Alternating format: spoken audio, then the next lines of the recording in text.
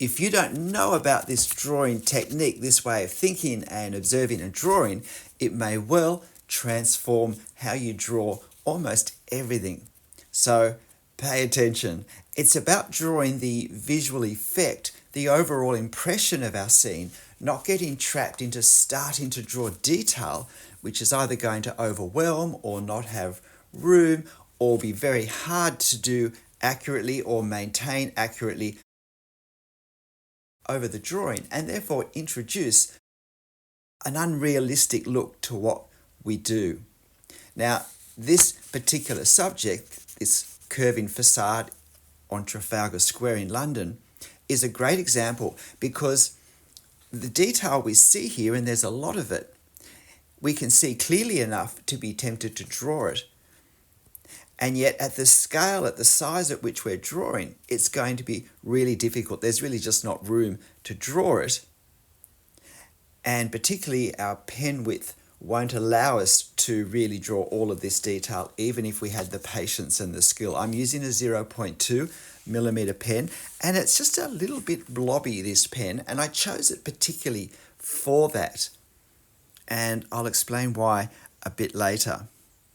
Now, we could just draw it much larger and slow down and draw all the detail, or we could try and capture the effect of what we're seeing quickly and on this small scale, which of course is often what we want to do if we're doing location drawing anyway. And that's what this video is about. The same principle is used for the foliage on the tree. Now, this is part of a 10-minute real-time drawing video series to encourage us to draw, including myself, to draw every day, even just for a short period of time. But it can be great, therefore, as a way of trying out drawing styles and techniques which we do quickly, that we do briskly and gesturally, even though the subject looks as though it needs a lot more time than this. So the first 10 and a half, 11 minutes are in real time, and then when I draw the tree, draw the foliage, I switch to a faster speed simply to get this finished. As a daily drawing exercise, we could just draw the architecture and leave the tree as just a suggested edge. Because in daily exercises, we're not trying to produce artworks, we're not thinking artworks, we're thinking of skill learning and practice and pushing through perhaps some of the bad habits that we make when we overthink, overwork and agonize too much. Keeping ourselves to a quick, short time frame helps us just to push through. Now, the very first parts of this I'm drawing slowly, not because I'm trying to draw more detail more accurately than in the rest of the drawing, but because I'm going to use this section to line up, to orient the rest of what I'm drawing. And it's also important that I get these curving facade angles correct. The perspective is somewhat more complicated because this isn't a straight facade, it's a curving facade, and foreshortening is still happening. So it's not symmetrical. As the building goes from left to right, everything starts to become compressed from foreshortening, but also then compressed because of the curvature. And so we need to really just observe carefully. Now, when we draw the effect of detail with architecture, negative space is very helpful to draw with, and that's simply drawing the space between items rather than drawing the actual items, and also shadows particularly. Capturing the darknesses as a way of creating the effect of what we're doing, not actually drawing the detail. So that's partly what I'm doing here now with this. I'm trying to draw the shadows, because when we see the shadows, our brain can work out that those shadows have been formed from certain architectural elements, and therefore see, in inverted commas, not really, but in a way see the detail that we haven't drawn because of the shadows that we have drawn. The other thing I want to do is to keep all my lines fairly fast and fairly loose, a fairly loose feel. Because once I start to draw a certain part with more care, more slowly, more precisely, then that's now going to not go with the rest of the line work if I do draw it more quickly. And so keeping the same rhythm, the same tempo in our mark making is important. But particularly on a smaller scale such as this, it is more straightforward to do shorter lines more quickly that still maintain accuracy in terms of straightness and angle. Now, with these windows, I'm trying to draw the supports in, but once I've done that, I don't necessarily use them. I now reconsider again the reference, and I draw the shadows in, or I draw the darkness of the window panes in the right place, regardless of the lines I've drawn underneath. Because in the end, the shadows, because they're darker, are going to visually be more important than the lines I draw for the surroundings of the various parts of the window. So this is where it's important to hang loose from the reference and to keep bouncing back and forth with observing our reference, and not to start to focus too much on our drawing without continual focus on the reference. Now, I find when I'm drawing gesturally, my principle is to look at the reference more than I spend drawing. Because my actual drawing is quite fast, because this is a quick style.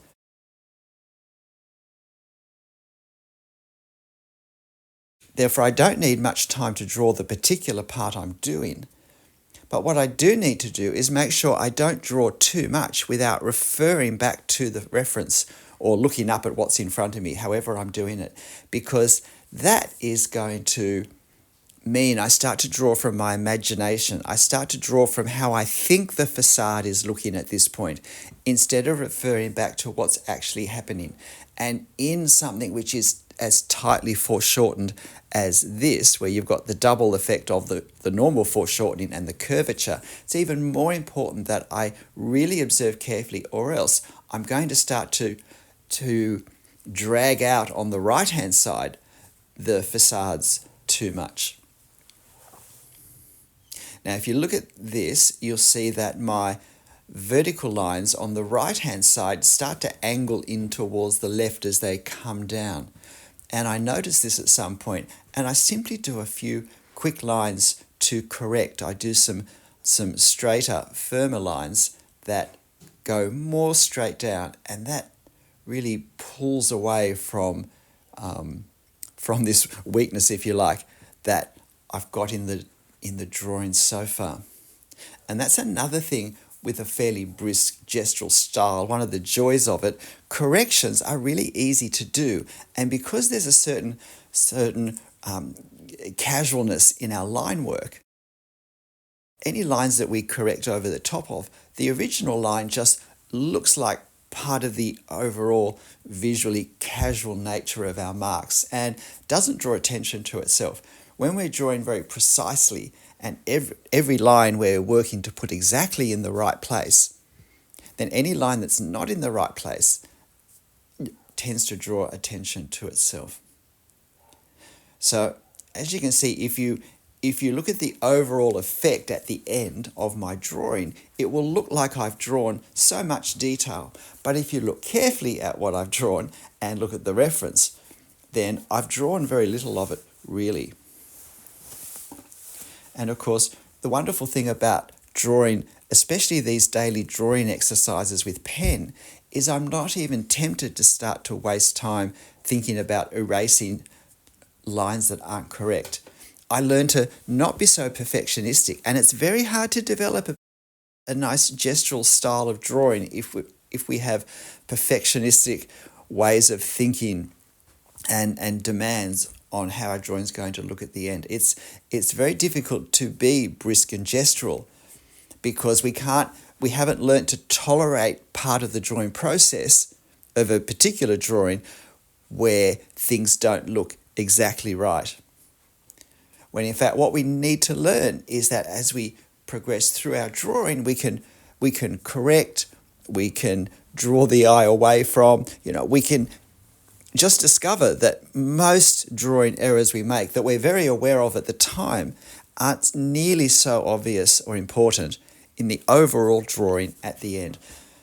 One of the big exceptions to that is our perspective angles. We want to keep them correct. And so in this building, the angles are the curving lines.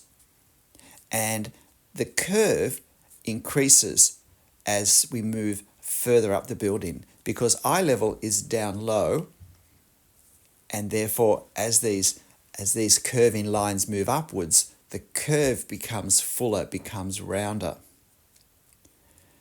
And they also angle down more quickly. So that's the perspective observation. And while we don't need to understand that to draw this, because we can simply observe carefully and draw what we see, we don't need to understand the theory. If we do understand the theory, it makes it easier to see what's happening in the drawing, because we can anticipate the way this angle is going to affect the various lines, the various horizontal lines, as well as the foreshortening, which is the other side of perspective. And now we've just switched into double time. So now I'm just doing this little bit of the facade and then now the foliage. So with the foliage, I'm also drawing the effect of detail. Now with this tree, we're probably not tempted to try and draw individual leaves. The temptation may be to start to do a leaf pattern or a tree pattern. Far more helpful, I find, is to look at the tree in terms of a surface, an irregular surface that moves in and out. And with the sun in this particular position, is in shade and casts shadows in certain ways. And what I basically want to do is simply some fairly fast hatching that will create the shadows, create the darknesses, and leave the lights. And I would normally hatch over all of this tree because even the lightest parts are darker than where the sun is on the stonework. But I leave a bit of an edge, a bit of a halo effect on the very edge, simply to create a bit of white space, which helps then give some visual separation between this tree and the architecture, because I don't have the luxury of colour in this, which also helps create separation. It's all black and white, so I find that just accentuating that lightness on the extreme right of the tree is helpful. Mind you, it is also, if you like, the part closest to the light source, so maybe that helps too. G'day, I'm Stephen Travers. I hope you found this interesting. Drawing the effect of detail, not the detail, is such an important skill to develop. But firstly, we have to develop it in our mind. We have to start to see the effect and not get bogged down in seeing the detail. And then we can work out marks and lines and techniques that will capture it. Hope you found this interesting. Why not give it a go? This reference is on my channel community page, so you can find it there and set the timer and start. But look, whatever you draw, however you draw it, in whatever time you draw it, make sure you have fun. I'll see you next time. Bye.